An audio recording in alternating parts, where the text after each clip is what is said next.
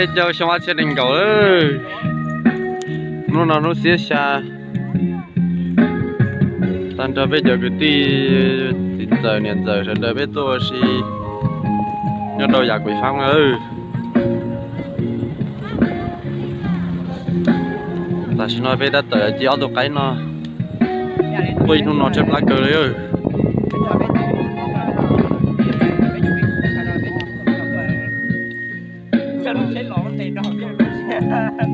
tao trong hộp bên có chứ tao quỷ phong à tôi này nãy giờ tôi vẫn nén ra đấy tôi là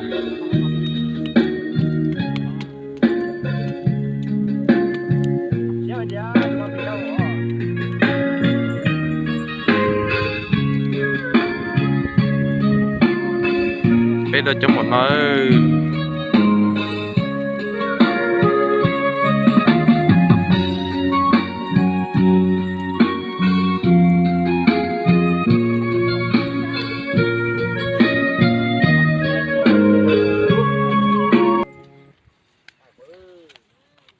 chi đã xin nó đó ăn tụi cái nào nè tôi nó chơi lá cứng gầu đấy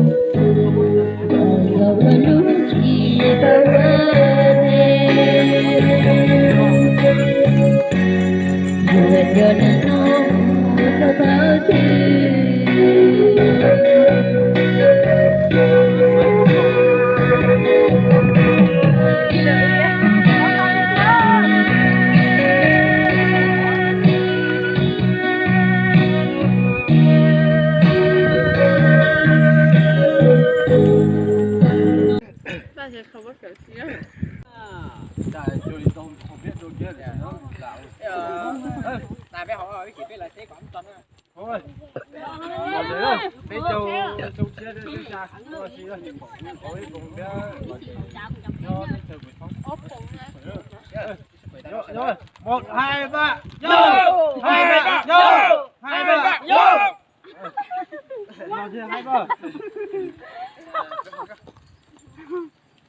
Lên được lên cái đạp thôi.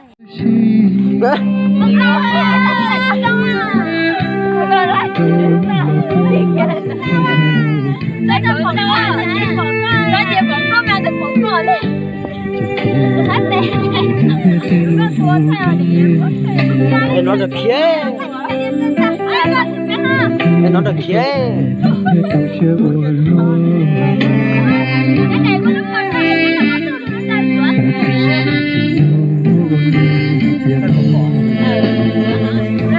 Nó được kia.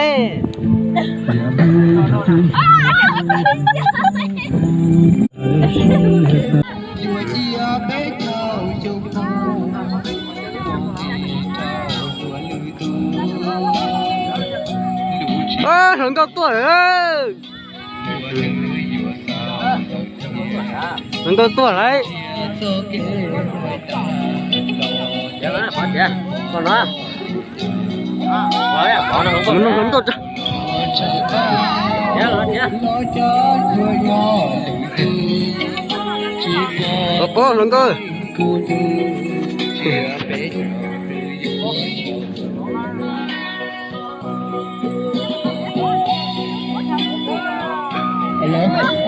Đây sau đây là một có đấy. Chia tay chào cái kia đấy sẽ chúng tôi dạy cho đó. Cái kia là gì? Là cái là có phải đẹp rất lâu là hay cho tôi tiền bố cả không hiểu đó. Vì là chúng ta chỉ từng hút được có phải chúng ta biển đấy là cầu đó, tôi biển chúng là cầu. Cái chiếc xe của có đi sầu này là cái sáng thứ đó. Chả có bao nhiêu đó.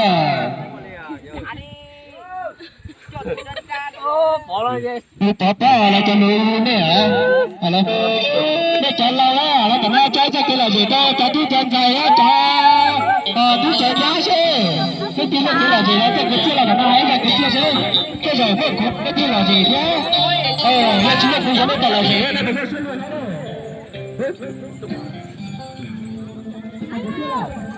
Mà có cái này nè xả đôi trên này con kẹo.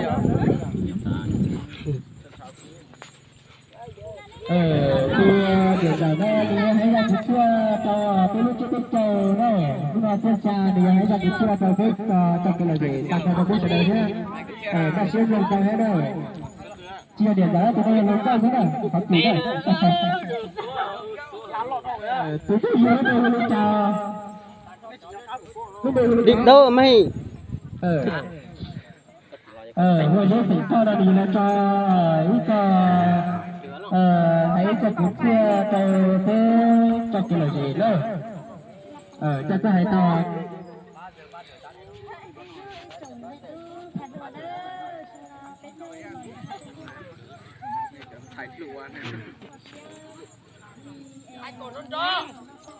Đấy cái là tôi tỏ nó.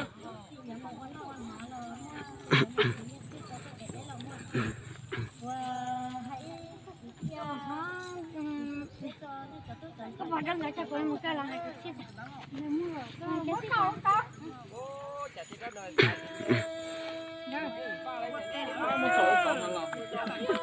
Lột dây cơ. Dầm mưa.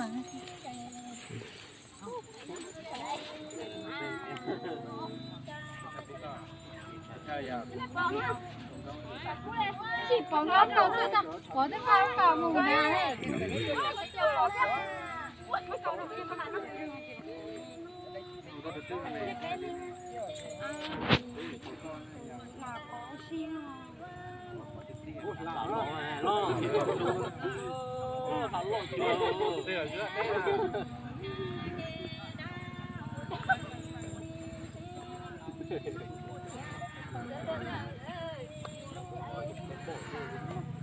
Đó này phải bao giờ?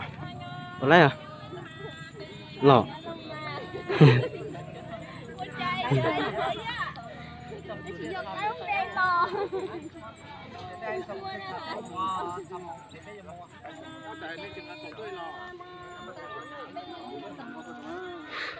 Đó là ta bóng ra này, bóng ông ra này.